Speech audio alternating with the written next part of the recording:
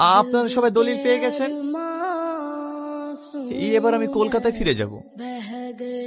আমরা না জেনে চাচা চাচি তোমাকে অনেক অপমান করেছি, আমাদেরকে ক্ষমা করে দিও বুবু।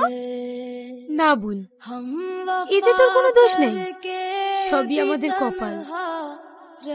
আর হ্যাঁ, আমি আপনাদের সঙ্গে যে অন্যায় করেছি আমি জানি তার কোনো ক্ষমা হবে না, তবু আপনারা যদি পারেন আমাকে ক্ষমা করে দিন। না না ভাই, আমরা তো কিছু না জানি তোমার গায়ে হাত তুলেছি, কিছু মনে করো না ভাই।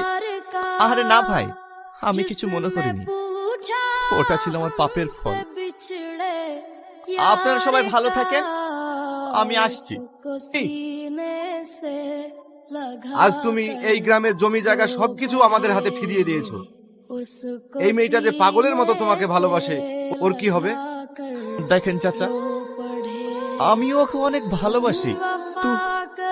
আবার কিন্তু কিসের?